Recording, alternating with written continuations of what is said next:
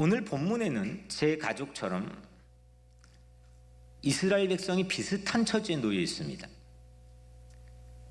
15절 말씀에는 요단이 곡식 거두는 시기에는 항상 언덕에 넘치더라. 요단 지형이죠. 곡식 거두는 시기는 때를 말합니다. 시즌을 말하는 건데 그때는 항상 언덕에 넘쳤다. 뭐가 넘쳤냐? 물이 넘쳤다는 겁니다. 그러니까 강이 있는데 언덕까지 넘친 거니까 범람을 한 거죠. 요단강의 봄은 이렇게 홍수 시즌에 빈번하게 강이 범람합니다. 물살이 센 강물은 낭떠러진 밑부분을 깎아가지고 진흙 사태를 일으킵니다. 때론 아예 물 흐름을 바꿔가지고 멀쩡한 마을을 물속으로 수장시키는 경우들도 있습니다. 가장 최근은 1927년도에 아주 큰 요단강 물사태가 나서 이 요단강에 비슷한 같은 일이 벌어진 적도 있습니다. 오늘 이 본문 안에서 이스라엘 백성은 이런 난감한 위치에 서 있습니다. 16절에 보면 아담 성읍이 나오는데 이 아담 성읍은 현재 서 있는 위치에서 위쪽으로 29km 정도 떨어진 위치에 있습니다. 아담 성읍은 왜 여기에다 굳이 그게 넣어놨냐면 이 두 갈래로 흐르는 물길이 한 곳으로 만나는 곳입니다. 합쳐지는 곳입니다. 그래서 많은 물이 만들어지고 자연스럽게 급류가 형성이 됩니다. 홍수 시즌에는 범람뿐만 아니라 아주 위험다발적이 되는 겁니다. 올해 3월에 가보신 분은 성지순례 가보신 분은 아시겠지만 거기 우리는 홍수 시즌에 간 건 아닌데 봄은 봄이지만 그럼에도 비가 오면 그 똑같은 우린 예수님 세례터인 남쪽에 갔지만 그 길 요단강을 따라가는 그 큰 도로가 운행이 차단됩니다. 그래서 우리랑 같이 준비해서 바로 하루 차이로 가는 이 친국교회는 가야 될 장소를 교통이 통제돼서 가지 못해서 공항에 선교사님이 우리에게 늦게 왔습니다. 우리도 그걸 계속 염려를 했습니다. 그런데 물이 흐르는 건 봤습니다. 맑게 개인 이 비 온 뒤에 물이 흐르는데도 장난 아니게 흘렀습니다. 왜냐하면 이 광야의 높은 산에서 나무가 하나도 없는 쭉 광야산에서 물이 오면 그대로 물이 전부 다 요단강 쪽으로 흘러버립니다. 우리가 가는 길은 물론이거니와 이 옆에 있는 요단강도 범람이 됩니다. 그런 상황에 지금 이 사람들이 서 있는 겁니다.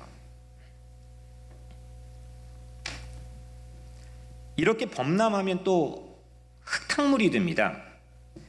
물속 식별이 불가능해집니다. 그리고 물 흘러가는 모습만 봐도 사람에게 두려움을 줍니다.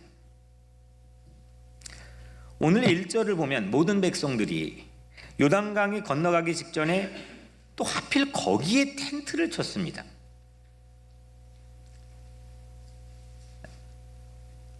위험적입니다. 가보지는 않았겠지만 이미 어느 정도 40년을 준비해온 길인데 예측이 가능할 텐데 오늘 1절은 거기에 텐트를 쳤다고 나와 있습니다. 이쯤 되면 지도부의 원성이 가득할 수밖에 없을 겁니다. 이런 급류 앞에서 오늘 여호수아 3장 우리가 읽은 여호수아 3장은 시작이 됩니다. 우리도 같은 처지일 때가 있습니다. 수면 위의 현상들은 우리가 어느 정도 예측을 하면서 계산을 하면서 알고 있는 정보든 지식이든 그걸 취합해서 우리는 조심스럽게 길을 걸어갑니다. 근데 수면 아래의 미지는 이건 정말 우리에게 공포를 줍니다. 그런 급류 요단강이라는 급류 앞에 서 있는 이 백성들은 그런데 그 강을 무턱대고 건너지는 않았습니다. 한번 확인을 해봅시다. 이 사람들이 강을 최종적으로 건넜습니까? 안 건넜습니까? 우리는 이 사실을 알고 있습니다. 독자인 우리들은 이 사람들이 강을 건넌 것은 확실히 알고 있습니다. 그런데 오늘 우리가 새롭게 생경하게 알게 되는 한 가지는 무턱대고 건너지 않았다는 겁니다. 신앙적인 전략이 준비되어 있었습니다.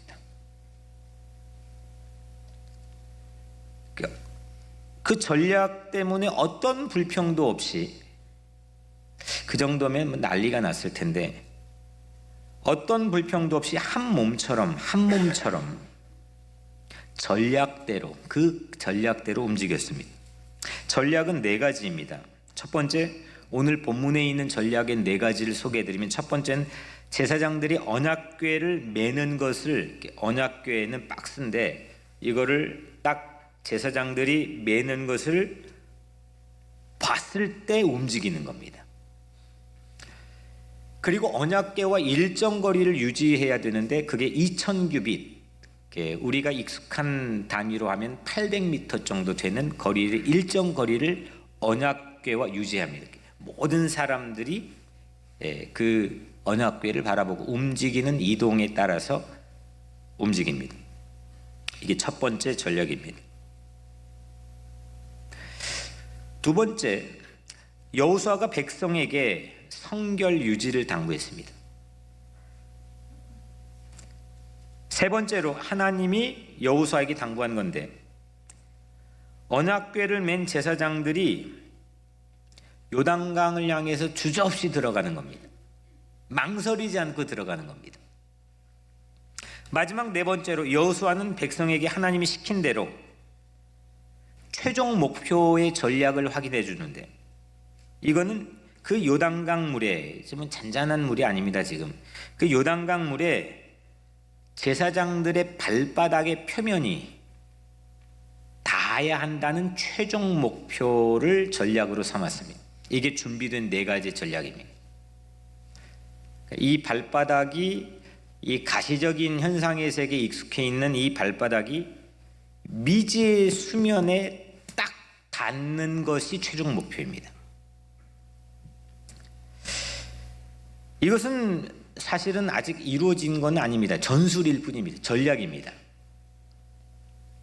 실행이 어떻게 됐는지 우리는 아까 제가 확인했지만 건너갔죠. 하지만 오늘 이 본문 안에서만큼은 아직은 실행은, 이 설교의 진행 과정 안에 지금까지는 실행은 알 수가 없습니다. 1절부터 13절까지는 전략이 나옵니다. 네 가지의 전략이 나옵니다. 이렇게 하라. 방법이 나오는 거죠. 이렇게 가라. 그리고 14절과 17절에는 전술대로, 그 전술대로 이스라엘 전체 대열이 어떻게 움직였는지를 마치 라이브로 중계해 주는 것처럼 방송의 장면이 오늘 14절부터 17절에 나옵니다. 그러니까 1절부터 17절이 3장 전체인데 13절까지는 전략, 방법이 나오고 나머지는 실행이 나옵니다.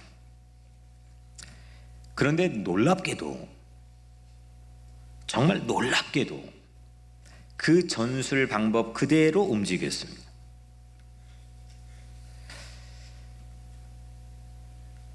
설계도가 있어도 실제 해보면 변수들이 많습니다. 아무리 전문가가 붙어도 자재 조달이나 그걸 사용하는 기술이나 재정에 준비된 상태나 이런 거에 따라서 변수들은 누구나 만나게 됩니다.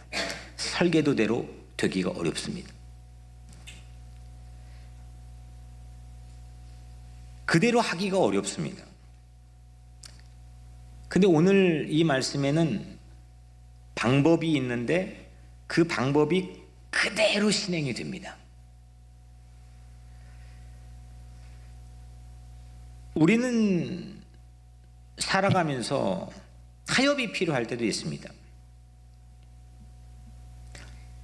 아니면 변경해야 될 때도 있습니다. 수정해야 될 때도 있습니다. 그런데 그들은 놀랍게도 그대로 합니다. 1절에 13절이 한치 오차도 없이 14절 17절에 그대로 이행이 됩니다. 우리는 말씀을 듣습니다.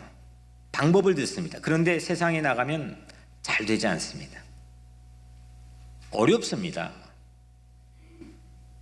변경해야 될 때가 많습니다. 타협해야 될 때도 많습니다. 그대로 살기가 만만치가 않습니다. 누구나 동일합니다. 변명을 굳이 궁색한 변명을 만들어내야만 되는 상황도 있습니다. 우리 과제입니다. 학교에서 열심히 배웠는데, 기술을 배웠는데 현장에 가보면 전혀 다른 상황이 펼쳐집니다. 잘 되지 않습니다.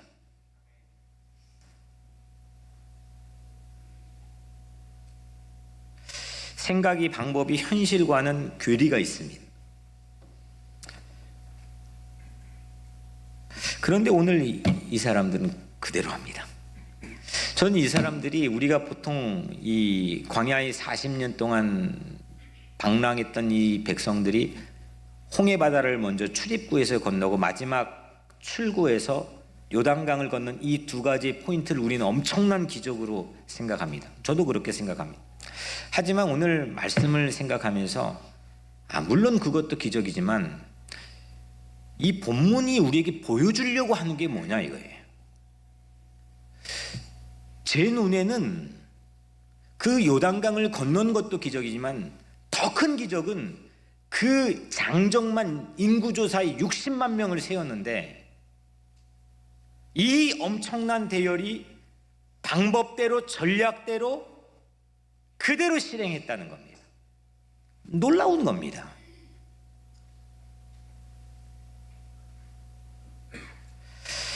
어떻게 했을까? 그러면 저는 말씀을 전하는 메신저로서 질문을 할 수밖에 없습니다. 우리는 그러면 어떻게 해야 되는 건가? 그런데 이 사람들은 오늘 이 본문 안에서 말씀을 듣고 말씀대로 어떻게 그대로 살았을까? 그 말씀의 권위를 인정한 만큼 그대로 할 수 있습니다. 스승의 권위를 인정한 만큼 공부합니다. 그 하나님의 말씀의 권위가 어느 정도인지를 신뢰한 만큼 따라갑니다. 한 명만 까딱 넘어져도 이건 몇십만 명의 이 전체 대열이 일시에 무너질 수 있습니다. 발바닥을 물에 넣기 시작했을 때 어떤 일이 일어날지 예측되는 힌트라도 손에 쥐고 있으면은 우리 같은 독자는 좀 마음이 안심이 될 텐데 아무것도 우리는 알 수가 없습니다. 강 수심부터 강류의 세기, 물속의 높낮이, 이 모든 것을 예측 불가했습니다. 이 발바닥을 물속으로 잠기게 하는 것 정말 어려운 일입니다. 방법은 들었습니다. 그런데 그들은 해냈습니다. 건넌 것도 위대하지만 그걸 이 가시적인 현상의 세계에 익숙한 발바닥의 표면을 그 미지의 세계에다가 딱 하고 붙이는 그게 더 큰 기적입니다. 그걸 못합니다. 이걸 우리 세계에서는 믿음이라고 부릅니다. 사람들은 이런 두려움을 덜어내기 위해서 미래의 정보를 미리 알고 싶어합니다. 그런데 성경은 미래의 정보에 대해서는 함구합니다. 예언이라는 건 미래를 예견하는 게 아니고 위탁한다는 겁니다. 예자 위탁하고 말씀이 위탁되어진 사람 예언자, 히브리어로는 나비라고 부릅니다. 하나님이 위탁된 말씀을 펑펑 쏟아내는 사람을 프로페트, 예언자라고 부릅니다. 성경은 미래에 대한 예언 자체에 대해서 사실은 상당히 조심하고 있습니다. 그런데 성경을 읽는 독자들은 저마다 그거에 혈안이 되어 있습니다. 그 요한계시록을 상당히 많이 보기도 합니다. 수심이 오늘 이 본문에서만 보면 수심이 어느 정도니까 키 큰 사람이나 수영 잘하는 사람이 활약할 수 있도록 대열 정비를 하거나 이렇게 배려한다거나 마른 땅이 될 거라는 정보를 미리 잘 흘려주거나 이런 흔적이 단 하나도 없습니다. 그런데 성경은 아무런 미래의 정보를 우리에게 제공해 주지 않았습니다. 여러분들이 이 발바닥은 이스라엘 조상의 별명이었습니다. 이스라엘의 또 다른 별명이 히브리 민족이라고 불렸는데, 이 히브리라고 하는 말은 아비루라고 하는 히브리어에서 온 말이고, 이 뜻은 발바닥이라는 뜻을 가지고 있습니다. 이거 사실 이게 제가 처음 한 거는 아주 오래전에 문익환 목사님이 구약학자신데 그분의 아티클을 읽고 보고 우와 했습니다. 발바닥은 우리 신체 중에 가장 먼저 위험을 감지하는 부분입니다. 신체에서는 최전방입니다. 이스라엘은 과거 400년 동안 이집트에서 노예로 용병으로 제국의 발바닥 노릇을 했습니다. 제국이 뒤에서 발바닥으로 움직이는 곳에 투입이 되었고 그냥 거기에서 이름도 없이 죽어가야 됐고 노동력을 착취당해야 했습니다. 근데 그런 민족의 발바닥이, 그런 민족의 하잘것없는 발바닥이, 남을 보호했던 그냥 최전방으로 그냥 총알바지로 나갔던 그런 발바닥이 이 급류에 자신의 그 발바닥을 잠기게 했습니다. 앞날에 대한 정보나 미지의 물속에 대한 정보를 알아냈기 때문이 아닙니다. 아무것도 모르지만 그들은 발바닥을 물속에 그냥 잠갔습니다. 여기에서 중요한 것을 봅니다. 언약궤를 맨 제사장의 움직임입니다. 이스라엘 전술의 가장 중요한 핵심은 언약궤를 맨 제사장의 역할입니다. 첫 번째, 언약궤를 맨 제사장들이 움직이면 그걸 보고 일정 거리를 유지합니다. 그리고 모든 백성들이 그게 움직이면 작전 개시를 합니다.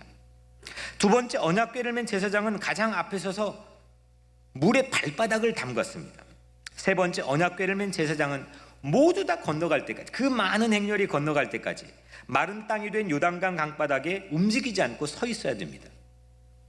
그렇게 했습니다. 요단강 건너기 전략의 핵심은 그래서 언약궤를 메고 있는 제사장의 행동 반경입니다. 어떻게 제사장이 움직이나, 이게 이 전략의 핵심입니다. 수면 아래를 마음으로 바라보면 겁이 듭니다. 겁먹습니다. 모르니까요. 그런데 이 모든 대열은 수면을 바라보지 않고 언약궤를 바라봤습니다. 앞에서 행진한 언약궤와 뒤따르는 백성은 말씀드렸던 것처럼 800m 거리입니다. 일정한 거리를 유지합니다. 마치 대통령 전용차를 TV를 통해서 움직이는 걸 보면 경찰차, 이 오토바이들이 정말 어떻게 하는지 일정 거리를 그대로 유지하는 것처럼 이거는 언약궤의 권위를 상징한다고 생각합니다. 제 눈에는 800m 거리 유지가 이렇게 이 언약궤가 가지고 있는 권위에 대한 상징, 이 크레딧에 대한 상징, 이걸 얼마만큼 네 크레딧에 대해서 인정할 거냐라고 하는 물음표가 그 언약궤에 있는 거죠. 그런데 또 한 가지는 이 거리 유지, 800m 거리 유지는 배려처럼 보였습니다. 온 백성이 한눈에 보고 따라갈 수 있는 거리, 그 거리가 800m입니다. 하나님 놓치지 않고 따라가는 것, 무서운 급류가 앞을 가로막아도 전혀 개의치 않고 이 전술을 그대로 액팅할 수 있는, 실행할 수 있는 키가 바로 그 800m 안에, 일정한 거리 유지 안에 담겨 있다고 생각합니다. 우리는 위기 순간에 앞으로 일어날 일을 미리 알고 싶어 합니다. 거의 본능적으로 사람들은 그럽니다. 이런 욕심은 우리만 있는 게 아니고 태고적부터 본능적으로 인류를 지배해 왔습니다. 예언자, 무당, 마녀, 도사, 점쟁이, 위기 순간에 빛을 발했던 사람들입니다. 메소포타미아 문명의 사람들은 별자리를 살펴서 12궁을 만들었습니다.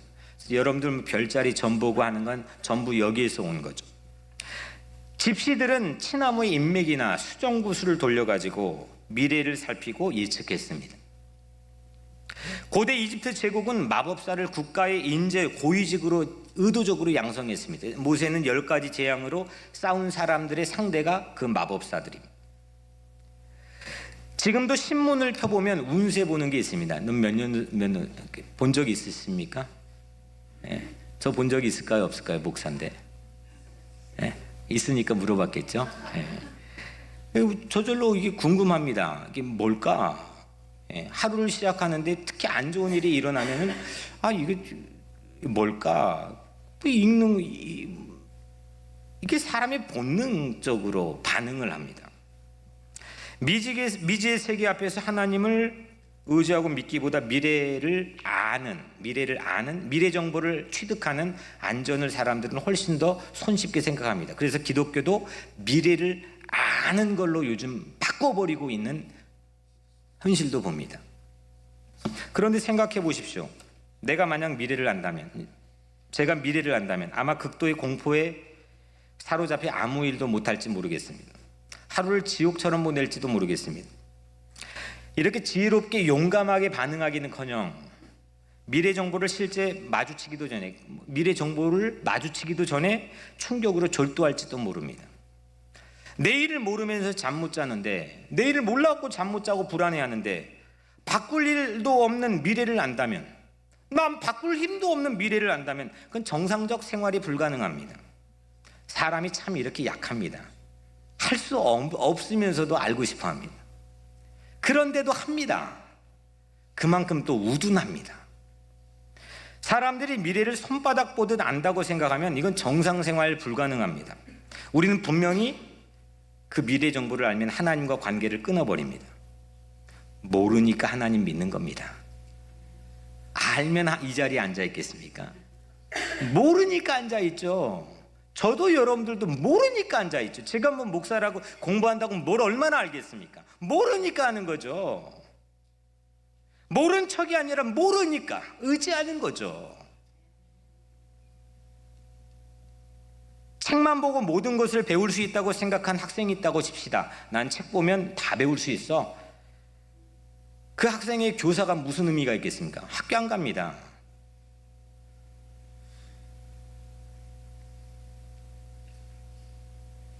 에덴 동산에서 선악과 열매가 있었습니다. 이 열매 나무 이름은 사실은 여러분들이 선악과 하는데, 선악과는 그 과목 자체를 말하는 거고, 그 나무 이름, 성경이 말하고 있는 정확한 나무 이름은 선과 악을 알게 하는 지식의 나무입니다. 이 나무 이름은 지식의 나무입니다. 예. 지식의 나무, knowledge tree입니다. tree of knowledge입니다. 선과 악을 알게 해버리는 지식의 나무입니다. 미래를 알고 싶어하는 인간의 욕심을 상징적으로 보여주고 있는 나무이죠. 하나님을 믿기보다는 하나님이 되고 싶어하는, 그만큼 알고 싶어하는 그런 탐욕의 나무입니다. 그러나 이 나무는 하나님과 우리의 관계를 끊어버리는 결정적 역할을 했습니다. 세상은 미래 정보를 원하지만 하나님께서는 우리에게 믿음을 원하십니다.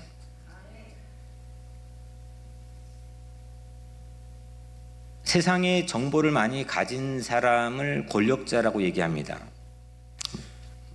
백악관이나 펜타곤이나 우리가 알지 못하는 수없는 정보를 미리 취득해서 이미 쓰레기가 돼버린 다음 우리는 신문지상이나 이걸 가지고 우리는 보는 경우가 많지만, 미리 취득해서 그걸 기가 막히게 돈이나 권력의 재생산이나 이런 걸 통해, 이런 걸 위해서 사용합니다. 그래서 거기를 사람들은 우러러 봅니다. 그 권력에 쉽게 생각하지 못합니다. 근데 여러분들, 우리 세계에서는 그 정보 가지고 힘자랑하는 거는 안 통해야 되는 거 아니겠습니까? 우리는 미래 정보를 알아서 새로운 담대한, 내 알지 못하는 이 인간의 내면의 수면 아래에 있는 미지의 힘이 나오는 것이 아니라 하나님의 언약궤를 바라보고 그 말씀의 권위를 인정하고 순종하고 신뢰하는 만큼 내 안에서 힘이 나오는 거 아니겠습니까? 생각하는 만큼 현실이 되는 것, 이거는 로맨틱한 이야기가 아닙니다.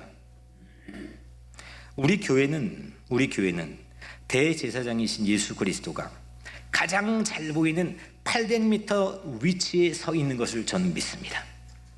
아멘. 그분께서 먼저 우리 요단강에 들어가셨고, 그분이 우리가 급류를 다 건널 때까지 마른 땅에 서 계실 그 자리도 뉴욕 우리 교회라고 저는 믿습니다. 믿음으로 은혜의 보좌이신 예수 앞에 담대히 나갑시다. 그분을 바라봅시다. 그분의 헌신과 사랑과 그분의 대속의 은혜를 바라봅시다. 내 발바닥을 용기 있게 내딛읍시다. 이 가시적인 세계 훈련받아버리고, 이 학교 교육이나 이 세상에서 이 가시적인 보이는 거에 완전히 현혹돼 버린 이 발바닥, 세상에 나가 내 인생 신체 최전방으로 무진장 고생하고 어려움 다당하는 내 발바닥을 이 미지의 세계, 이 수면에 믿음으로 내딛읍시다. 아멘. 때를 따라 돕는 은혜를 얻을 것입니다. 낙오자 없이, 실패자 없이, 포기하는 자 없이 모두 요단강을 건너가게 되기를 주님 이름으로 축복합니다.